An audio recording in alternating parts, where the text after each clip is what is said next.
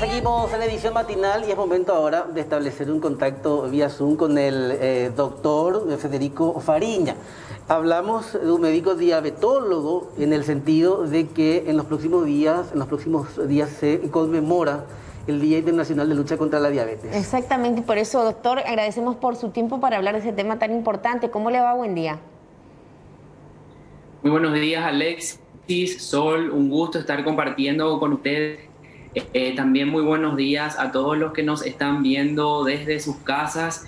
Y es así, esta es una semana muy importante, un mes importante. ¿Por qué? Porque en este mes se celebra el Día Mundial de la Diabetes, una fecha en particular en la que todas las miradas están puestas en ese día, en esa fecha, y es justamente este sábado 14 de noviembre. Cuando hablamos de esta enfermedad, doctor, de a poco esto de alguna manera empezó a tener más conciencia, o sea, empezamos a tener un poco más de conciencia de que es una enfermedad silenciosa y qué importante prestar atención a todos los detalles, ¿verdad? Para estar en alerta. Así mismo, como decía Sol, es una enfermedad silenciosa.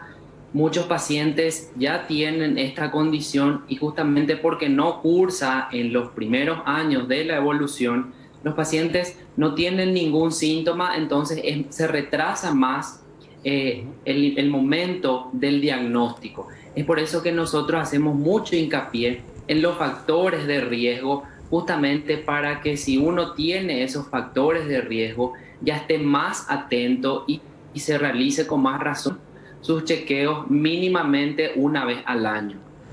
Doctor, a propósito de factores de riesgo, de un tiempo a esta parte me es común escuchar un diagnóstico que muchas veces es expresado por la gente, el famoso principio de diabetes. ¿Eso existe o no existe? Así es, la gente utiliza mucho ese término y existe lo que se denomina prediabetes. Prediabetes. ¿Y qué es lo que nosotros conocemos como prediabetes? Es un estadio entre la diabetes y el estado normal de la glucosa en sangre, es decir, de la glucemia. Yo no tengo mis valores de glucosa en sangre normales, pero tampoco estos valores están como para decirle al paciente, tenés diabetes. Entonces está en un rango intermedio y a ese rango se le denomina prediabetes. Este quizás es uno de los momentos más importantes en la evolución de este paciente. ¿Por qué? Porque nosotros, tomando las medidas necesarias, haciéndole las recomendaciones, y el paciente cumple todas ellas, se puede volver del estado de prediabetes a un estado de normalidad. Incluso si es que no podemos volver al estado de normalidad, podemos retrasar esa evolución de prediabetes a diabetes propiamente dicha. Bueno, hay tipos de diabetes, ¿no, doctor? Y siempre también hablamos de los rangos de edades. ¿Hay una variación en los últimos años? ¿Personas de qué edad son las que más están siendo diagnosticadas con la enfermedad? Así es, si empezamos a hablar de los tipos de diabetes, tenemos que clasificar en los dos grandes grupos. Existen varios tipos, pero los más frecuentes son la diabetes tipo 1 y la diabetes tipo 2. La diabetes tipo 1 es aquella que se presenta por una alteración autoinmunitaria, es decir, mis propias defensas le atacan a las células que se encargan de producir insulina. Entonces ese paciente no tiene insulina, por lo que el tratamiento debe ser con insulina. Ese tipo de diabetes se conoce como diabetes tipo 1 y se presenta por lo general en niños y adolescentes. Estos necesitan, vuelvo a repetir, insulina de por vida. El tipo más frecuente de diabetes que existe ahora es la diabetes tipo 2. El 80-90% de los casos de diabetes representan a este tipo de diabetes. ¿Y por qué es tan importante conocer los tipos de diabetes y sobre todo darle importancia a la diabetes tipo 2? Porque es la que se puede prevenir. Si nosotros vemos las estadísticas internacionales, más del 80% de los casos de diabetes tipo 2 se puede prevenir, por ejemplo, con actividad física. Entonces, todos los rangos etarios están expuestos a padecer diabetes. Mientras mayores sean las tasas de obesidad, sedentarismo y malos hábitos, eso hace que la enfermedad debute en edades más tempranas, sobre todo la tipo 2. Antes, los libros describían que este tipo de diabetes se presentaba en mayores de 30 años. Ahora incluso vemos en pacientes de 20 años, justamente por esos malos hábitos Entonces es importante conocer y sobre todo saber que se puede prevenir. A propósito de malos hábitos, los alimenticios, por sobre todo aquello que ingerimos de manera inconsciente o también muy conscientes. Mucha gente relaciona la diabetes solo con el consumo de, entre comillas, cosas dulces, cuando que finalmente la alimentación en todos los sentidos debe ser balanceada, doctor. Así es. El paciente por lo general, igual si no come dulces, te dice, por ejemplo, yo cené livianito y se tomó su cocido con palito, coquito, rosquita, se comió una ensalada de frutas o se tomó un vaso de jugos. Para la mayoría de los pacientes esto es cenar liviano.